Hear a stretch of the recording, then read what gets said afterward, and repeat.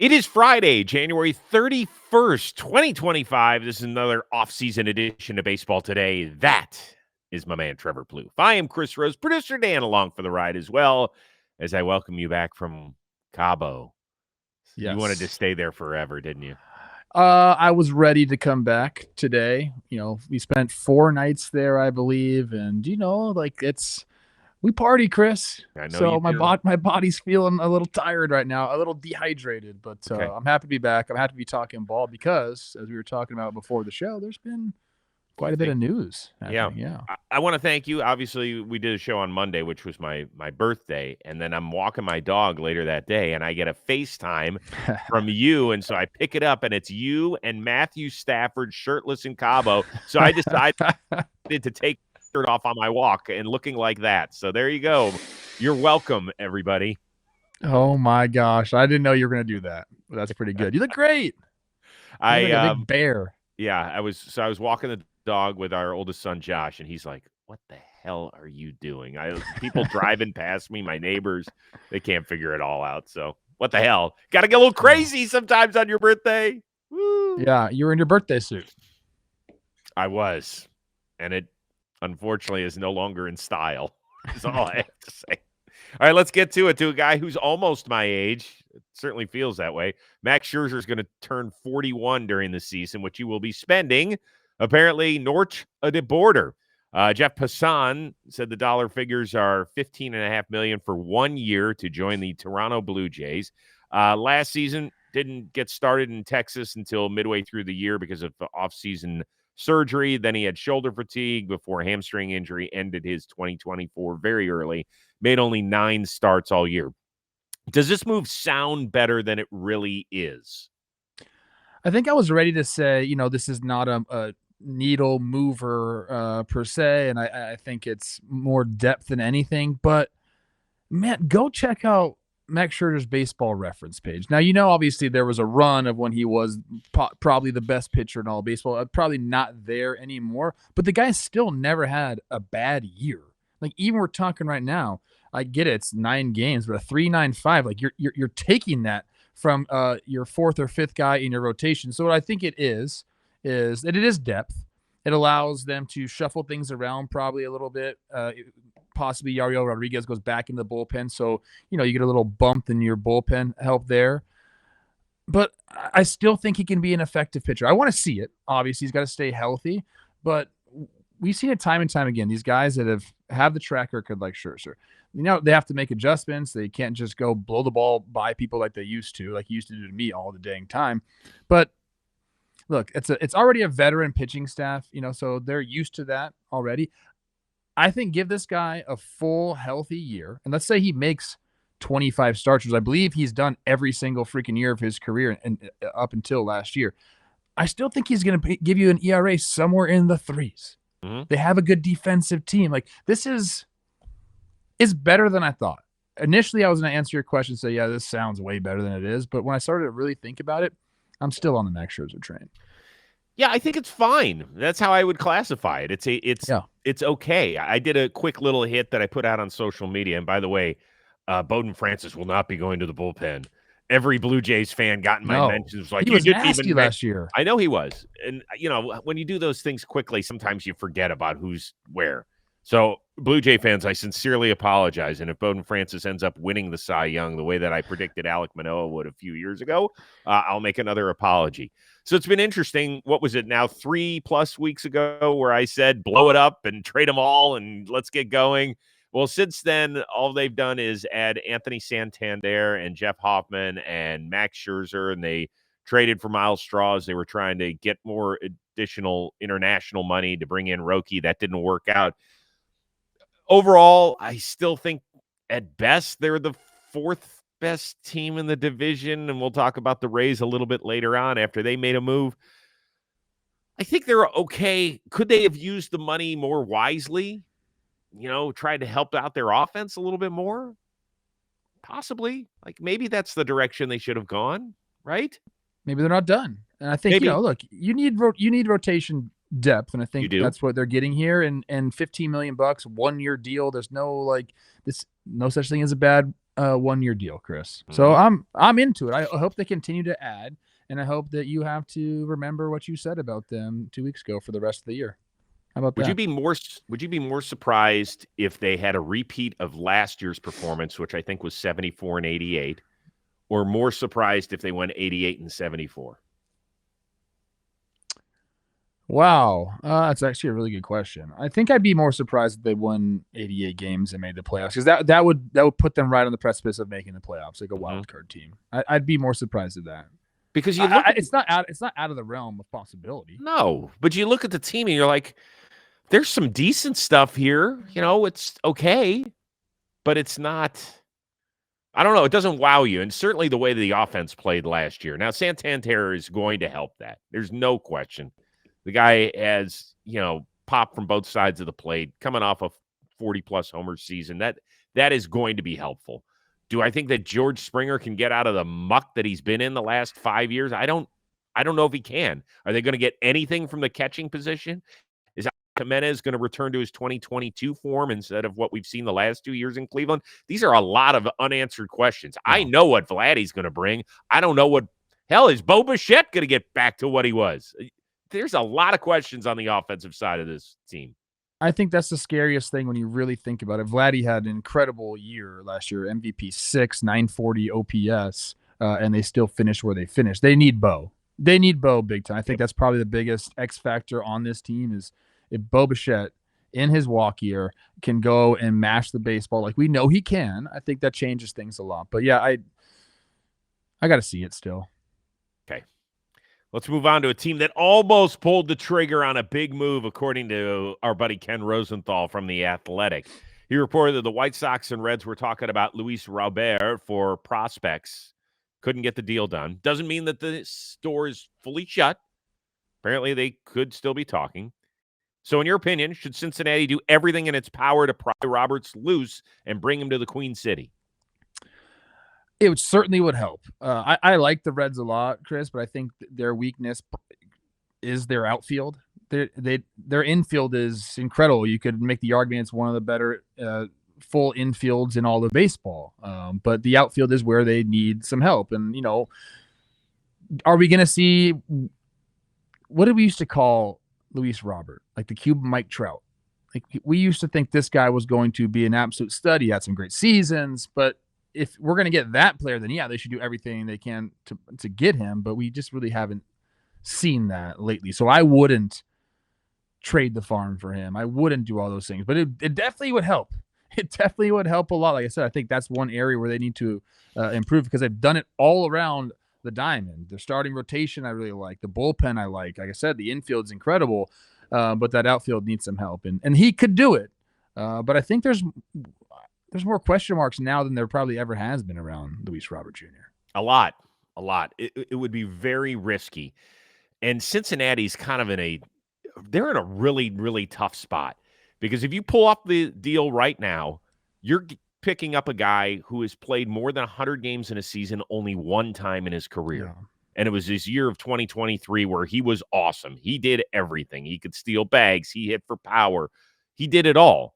But other than that, he's been a guy that we want him to be instead of the guy that, like, you look at his numbers, you're like, oh yeah, he's awesome. He's got a 900 OPS. That's not who he's been in his career.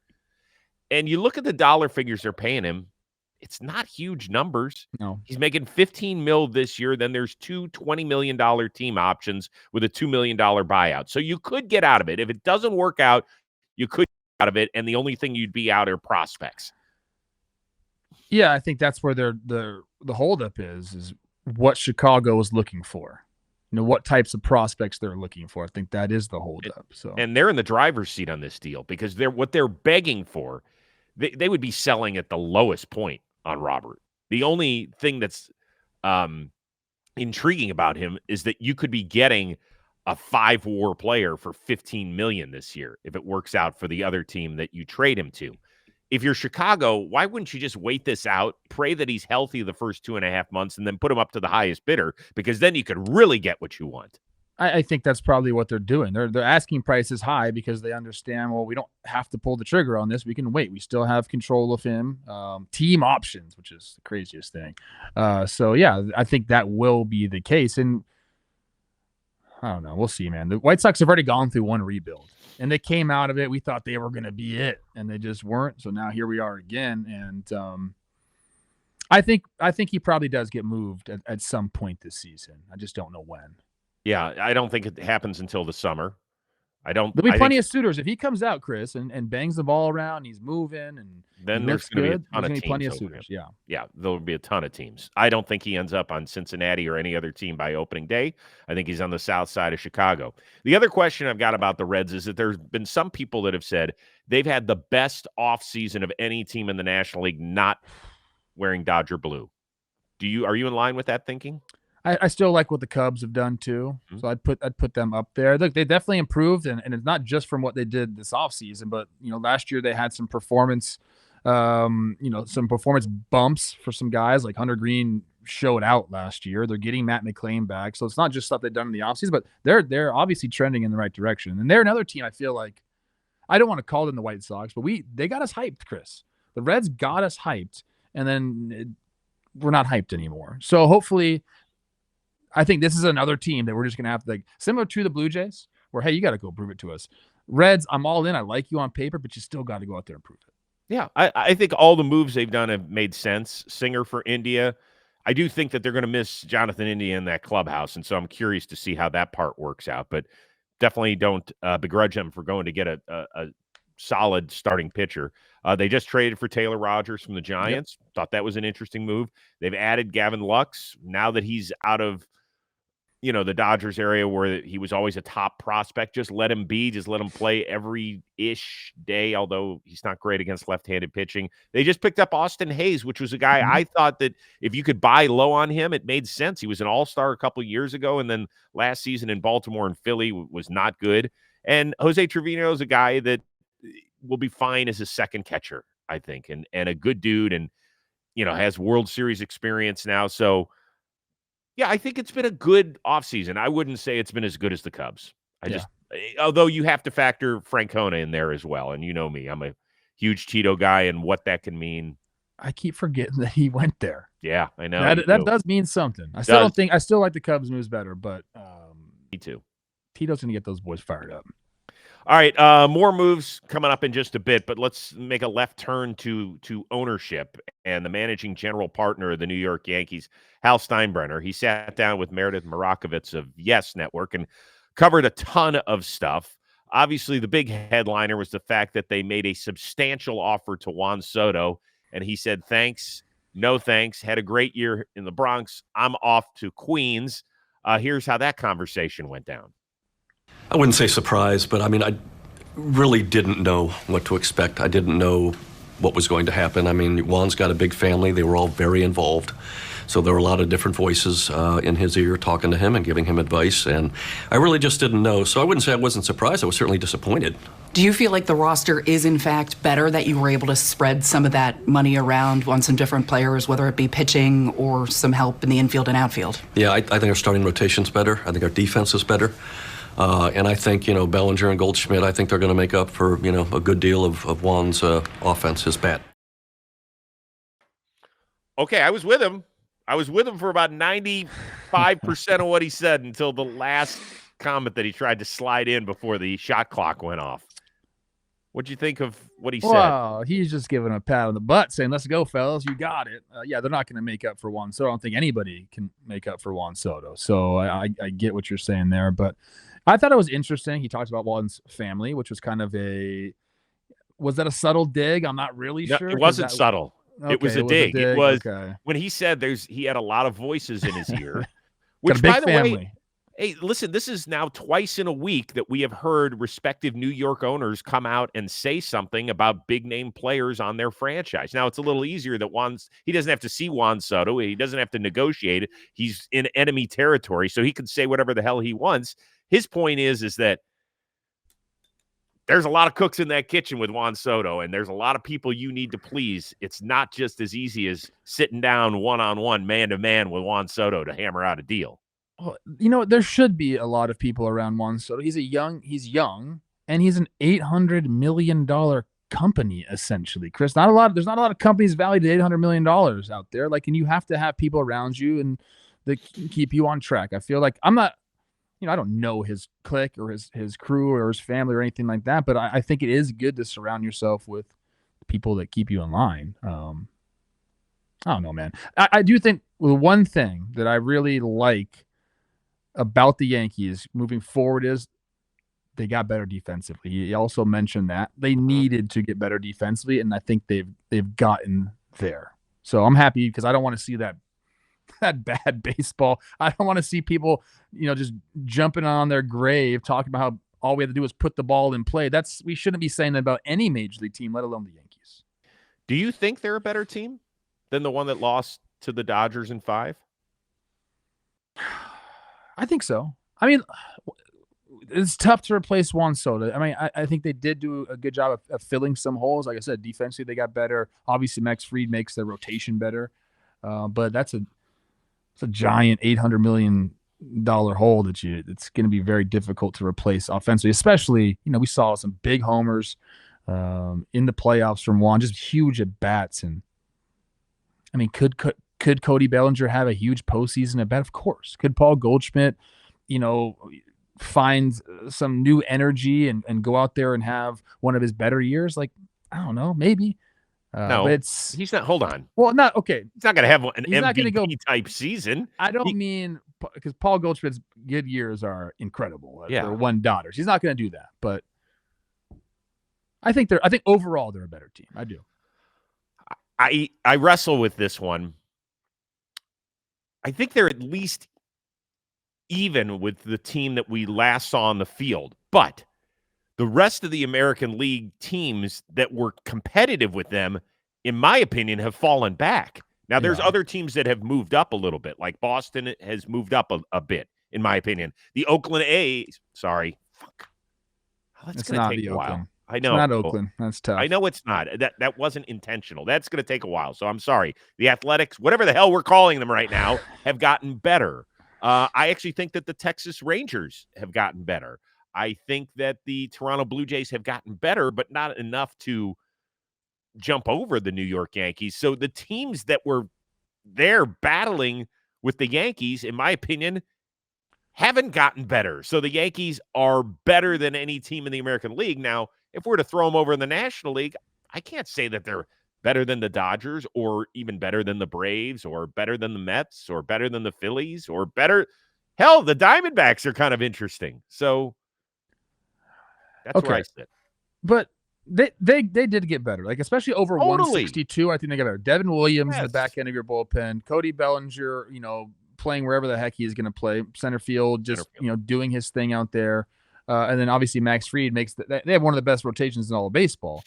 So they got better. I think like single game, like game on the line, like you're going to miss Juan Soto. Mm-hmm. Right? Like that's where I think over 162, without a doubt, this team got better. But in those big moments when you don't have Juan Soto coming up to the plate, I think that's when we'll like, dang, like, okay, still feels a little light.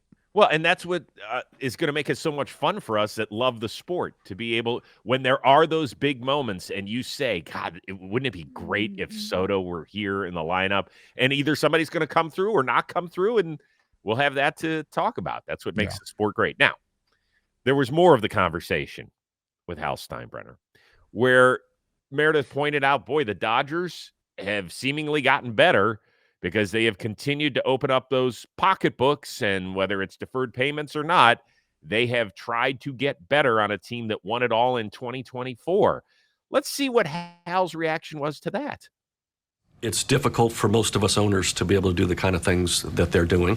Now, we'll see if it pays off. They still have to have a season relatively injury-free for it to work out for them. And it's a long season, as you know, and once you get to the postseason, anything could happen. We've seen that time and time again. So we'll see who's there at the end and if they're the ones.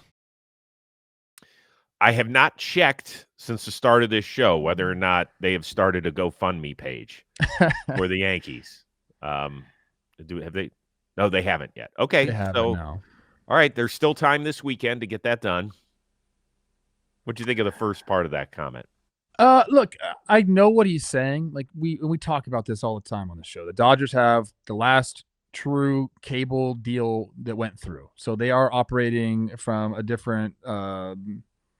For most teams, they have an advantage there. Now, obviously, the Yankees have their own network. Not to mention they're the most valuable franchise in baseball by over $2 billion. I think they're valued at $7.5 billion, which makes them.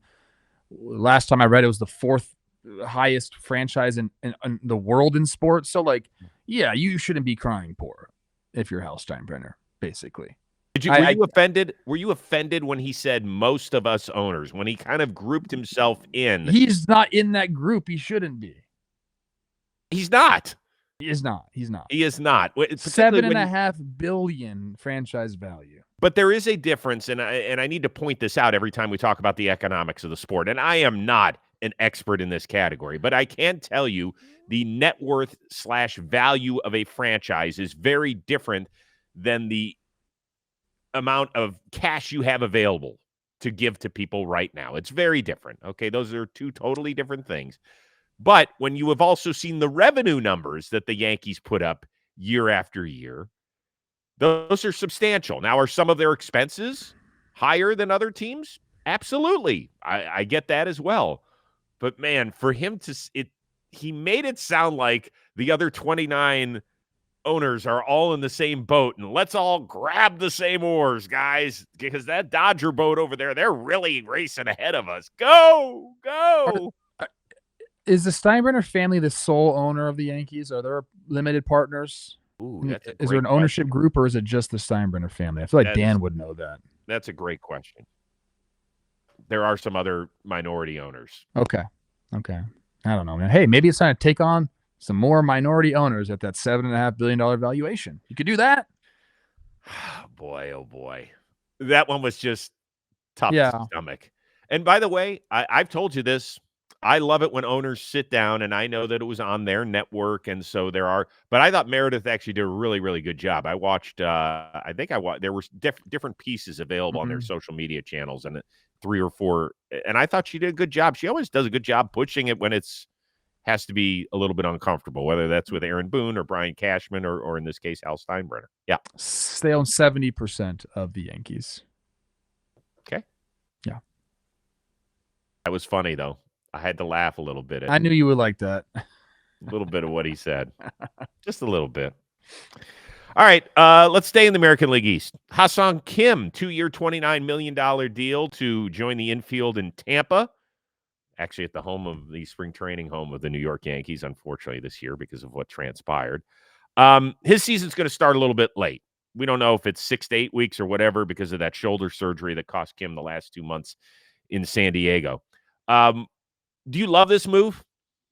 I do. I mean, anybody that got Ha-Seong Kim, I'd be happy for them. But I think it makes a ton of sense for the Rays in particular. One, because, again, this is a 2-year deal. They're not trying to give out long-term contracts. Plus, they have a guy that we talked about on the last show, Carson Williams, is probably the shortstop of the future. So, you have a stopgap type guy. And I think they're kind of buying low on Ha-Seong Kim just because of the injury history. Now, if that ends up coming into play where he doesn't get back until July or something, then that kind of sucks for the Rays. But I think they're planning on him being back earlier than that. And then you start to look at the roster and you're like, okay, like the pitching staff is there. McClanahan's back, which is great. The rest of the guys had great years last year as well. And then up and down the lineup, I'm like, okay, I can get behind this team. Yeah, I really, really can. Obviously, you got to go do it. And we've seen, last year wasn't great for them, but I love this signing. I think it makes a ton of sense. And I think they're going to be much more competitive this year. Well, first of all, with the signing itself, his versatility, and let's remember, he won a Gold Glover as the utility guy in San Diego in 2023, which was a season, he was almost a 6-WAR player. And he didn't even have a 750 OPS. Like, it's hard to be a 6-WAR player when you're doing that. But because of what he does, he's such a witch with the glove. I love that part of his game, obviously. He's closer to a 700 OPS guy than a 750 OPS guy. Yeah, but those guys, if you can play defense and put up league average numbers, offensive numbers, you're very, very valuable. I get it. I understand it. So I'm not worried about their infield. Like their infield, it looks kind of fun, I think, for the most part. It's the outfield Yeah. that there's question marks all over that place, right? Josh Lowe, can he stay healthy? Like last year, he fell off to a sub 700 OPS, and this is a dude that really can do everything. He can run, he can play defense, he can hit for power. And if he's available, if he's a 140 game a year guy, they're going to be just fine. Christopher Morel, Wild they card. brought it. Yeah, because when he got to Tampa, it looked like he had never swung a bat before. Whereas when he was on the north side of Chicago, he brought so much energy and had pop. Like I know that they don't care what he hits, but he needs to hit close to 30 homers and provide some energy. And he can't have a sub 550 OPS or whatever the hell he had last year after he got traded there. That's just not good enough. And then Johnny DeLuca, who's one of the guys they got in the Glasnow deal, he played 100 games last year, and his OPS was barely 600. That's way too many questions in one outfield. Agreed. I mean, obviously they're looking forward to those guys kind of stepping up, having better years, and who knows if they're done. I mean, the payroll's at $90 million right now. I know. Open the checkbook up a little bit, just a little bit. It's going to be a little strange seeing them play. We have 2 of the 30 teams playing in minor league parks this year, and obviously one's because of a natural disaster. What the hell can you do about that? Nothing. So it'll be interesting to see them do their thing. I don't know. I like it better when Tampa's in there. I think they're always kind of like the pesky little cousin. It's a great signing for them, and I always say like the Rays and the Brewers are kind of like the AL NL versions of each other, and I would have loved to see him on the Brewers, but this makes a ton of sense also. Finally, a couple bullpen moves to get y'all caught up on from the American League Central. Carlos Estevez, 2 years, over $20 million with Kansas City. Tommy Kahnle makes a move from New York to Detroit, 1 year, a little bit under $8 million. Which one of those is more of an eye-opening deal for you? I like the Estevez deal for the Royals. I mean, they needed bullpen help, and I think he'll come in there and do a great job. I think both of those teams are, they're in an interesting situation, both coming off postseason bursts, but, I think there are question marks for both rosters. But anytime you can get, back in bullpen help, it's going to make you a better team. I keep going back to the offense of Kansas City.